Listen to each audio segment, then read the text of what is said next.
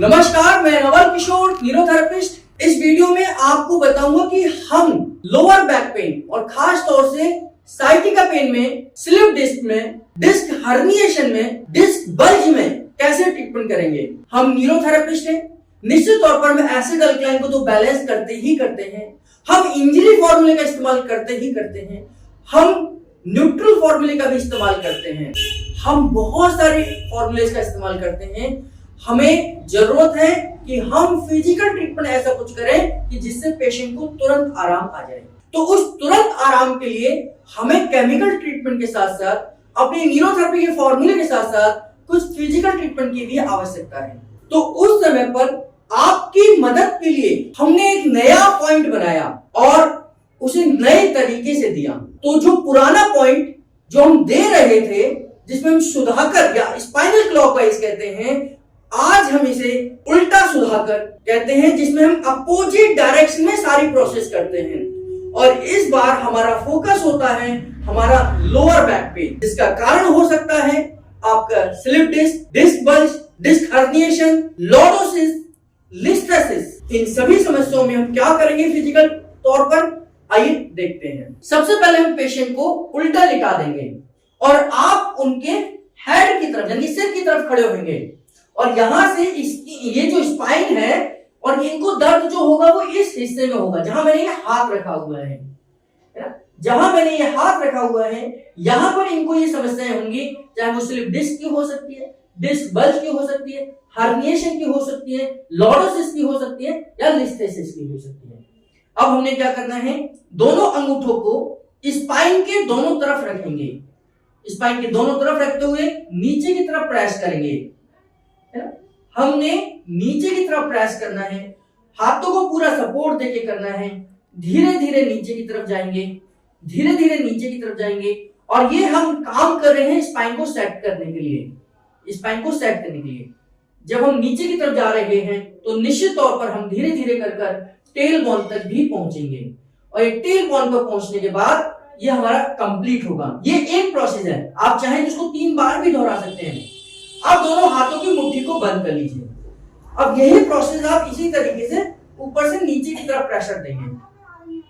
आप ऊपर से नीचे की तरफ प्रेशर देंगे।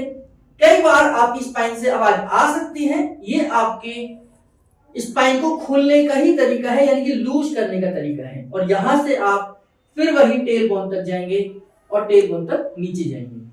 इसके बाद अभी पहले आपने अंगूठों का इस्तेमाल किया, फिर आपने मुट्ठी का इस्तेमाल किया, अब आप हथेली का इस्तेमाल करेंगे और आप हथेली का इस्तेमाल करते करते नीचे की तरफ जाएंगे और हर बार हल्का हल्का सा प्रेशर।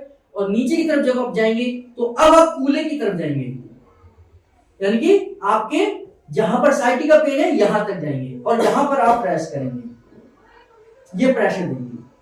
इसके बाद में आपने हथेली को बीचों बीच स्पाइन पर रखना है और दूसरे हाथ को सपोर्ट लेना है। अब फिर हल्का सा नीचे करते हुए नीचे की तरफ जाएंगे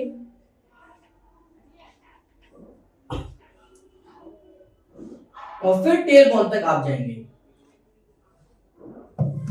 और इसके बाद में आप फिर दोनों हाथों की मुट्ठी बंद करके हल्का सा जर्क देंगे। और ये जर्क इसलिए दे रहे हैं ताकि आपकी स्पाइन बिल्कुल सेट हो सके। कमर दर्द के लिए, लोअर बैक के लिए, मिडिल बैक के लिए ये बहुत जबरदस्त ट्रीटमेंट है। और यहां से आप लास्ट में आके क्लॉकवाइज करेंगे, क्लॉकवाइज करेंगे, एंटी क्लॉकवाइज करेंगे, जिससे कि आपके स्पाइन में होने वाले दर्द में रिलैक्स हो जाएगा। और फिर लास्ट में आप ऊपर से नीचे तक रबिंग करेंगे, ऊपर से नीचे तक रबिंग करेंगे, ऊपर से नीचे तक रबिंग करेंगे। और ये आपकी स्पाइन को रिलैक्स करने का तरीका है। लास्ट में आप साइड में खड़े होकर हल्का सा इनको रबिंग करते हुए नीचे की तरफ चले जाएंगे।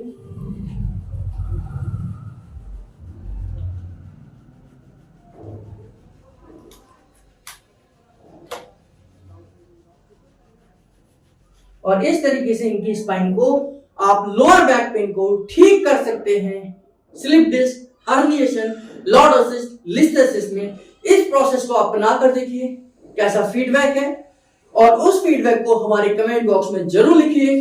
क्योंकि अभी तक हमने ये देखा है कि इसके बहुत अच्छे रिजल्ट्स हैं, जिसमें आप देखेंगे कि आपके किसी भी व्यक्ति को बैक पेन है उसको घर में ही आप आराम पहुंचा सकते हैं। इस तरीके की वीडियोस को देखने के लिए हमारे चैनल पर बने रहिए, उसके लिए चैनल को सब्सक्राइब कर लीजिए, बेल बटन जरूर दबाइए, और अगर आपको हमारी वीडियोस पसंद आ रही हैं तो अपने सोशल मीडिया प्लेटफॉर्म पर इसे शेयर करिए। हमारे साथ जुड़े रहने के लिए, बने रहने के लिए आप सबका बहुत बहुत धन्यवाद।